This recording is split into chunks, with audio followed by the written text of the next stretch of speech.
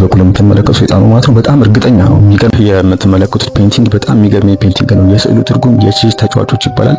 ስዕሉ በ1831 በጀርመናዊ አርቲስት ፍሪድሪሽ ኦገስት የተባለ አንድ ሰዓሊ የተሰራው ዘ ዴቪል ቼክሜት በመባል ይታወቃል ማለት ነው። ስዕሉ ከፍተኛ የቼዝ ተጫዋችና በወጣቱ መካከል የሚካሄድን የቼዝ ጨዋታን እንግዲህ ይወክላል ማለት ነው። ዴቪሉ ወይም ደግሞ በዚህ በኩል የምትመለከቱ ሰይጣኑ ማለት ነው በጣም እርግጠኛ ነው። የሚገርም ኮንፊደንስ አለው። ጨዋታውን በቃ እንደበላው አይነት ነገር ነው አክት እያደረገ ያለውና መሀል ላይ ደግሞ የምትመለከቱት ደግሞ መልአክ አለና በጣም እያዘነለት እንደሆነ እንመለከታለን። ይህን ታሪክ የቀየረው ማን ነው? ፖል የሚባል የቼዝ ማስተር እንግዲህ ሙዚየም ውስጥ ካገኘው በኋላ በጣም በመደንገጥ ነበር ይሄ ስዕል ምንድን ነው ምናምን ብሎ ይህን ስዕል ይመለከታል። እንግዲህ በመደንገጥ እዛ ሙዚየም ውስጥ ካየው በኋላ ይሄ ወጣት አንድ ቻንስ እንዳለው ያን ቻንስ ካረገ እንደሚያሸንፍ ይነግረናል ማለት ነው።